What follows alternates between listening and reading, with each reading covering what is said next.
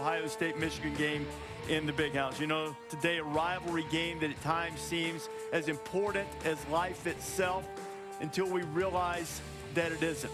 For those who dress in maize and blue, there is no greater praise than to be called a Michigan man.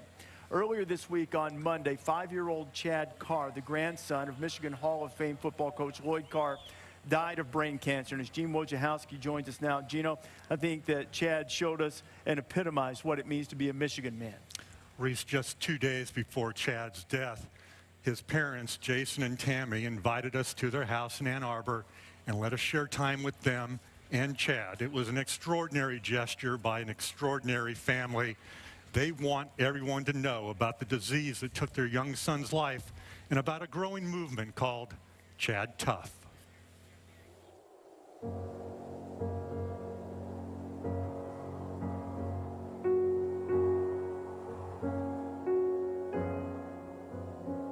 On November 14th, just outside Ann Arbor, Michigan, Christmas came early for 5-year-old Chad Carr. It had to. Okay, what are we doing? Opening present. What's today? What is today? Christmas. Chad's been very excited about Christmas. And he had a great day. He loved it. Time is a very strange thing for us right now, because it feels like it creeps, but at the same time it feels like it flies by. And I don't even think anybody who has not been in our shoes can really understand that. Chad Carr was born a Michigan man on September 25th, 2010. Not that he had a choice. His dad, Jason, was a Michigan quarterback and met Tammy there. His grandfather, Tom Curtis, was an All-American there. Number 25, Tom Curtis, who leads in Big Ten. And his other grandfather, Lloyd Carr, won a national championship there. You come out of the womb singing the fight song in this house. Chad's a little different, stubborn and tough for sure. He's been that kid that, I'm gonna wear green. I like Michigan State. But he does that to tease his brothers, to tease me. Chad, the youngest of the Carr family, was like any other little boy growing up. And then in September 2014, he suddenly wasn't. He had fallen and broken his nose. And as we walked out of the ER, he tripped and fell. And I just started thinking about how many times he had fallen recently. The Carrs took Chad back to the hospital for tests.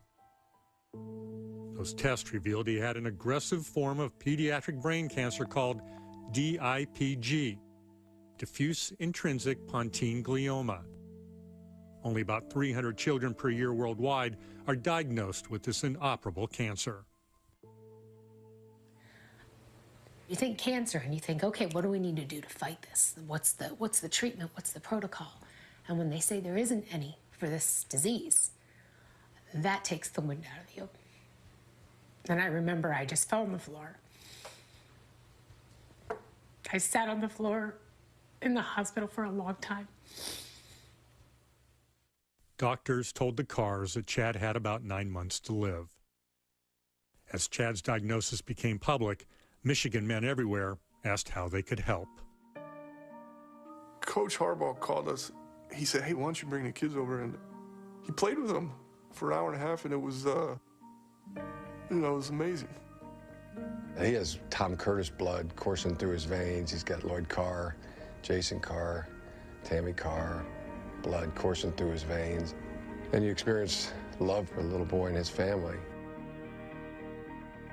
The power of love wasn't confined to Ann Arbor. Rivalries didn't matter. A hashtag became an anthem. I am Chad Tough.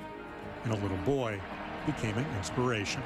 Joining the game captains for the coin toss is Chad Carr. Our thoughts and prayers are with the Carr family. But as time passed, Chad's condition slowly worsened.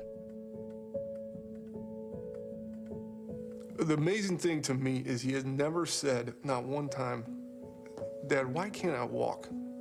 when is my arm gonna work again? He showed us how to get through this. By the time Michigan played Indiana on November 14th, Chad was in hospice care and in the thoughts of those Michigan players. Our guys were moved, not just to dedicate the game to him or write Chad Tough on their helmets, but they're praying, and they're praying hard. You saw towards the end of the game, Michigan football wasn't alone. Chad was right there with us. Rudock with a pump fake, stop and go, and it is a pitch and catch for a touchdown. Michigan survives. On November 21st, as the snow fell softly outside, and those Michigan men played at Penn State, a family stood tender watch. 2 days later, and 15 months after his cancer diagnosis, Chad Carr could fight no more.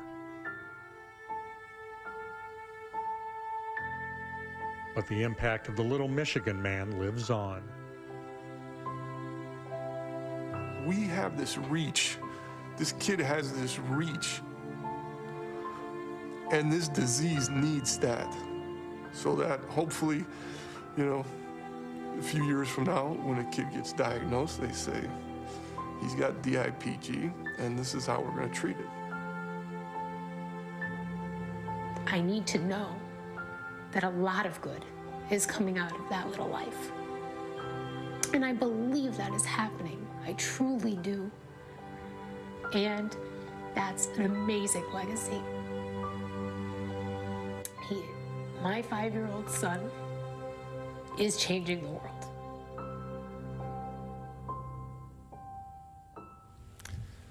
The Carrs have established the Chad Tough Foundation and have already raised more than $300,000. Earlier this week, they made the difficult decision to donate Chad's tumor to DIPG research. There'll be a moment of silence before the Ohio State-Michigan game today in memory of Chad, and the memorial service will be Sunday. The entire Michigan team will be in attendance. College Game Day will return after this.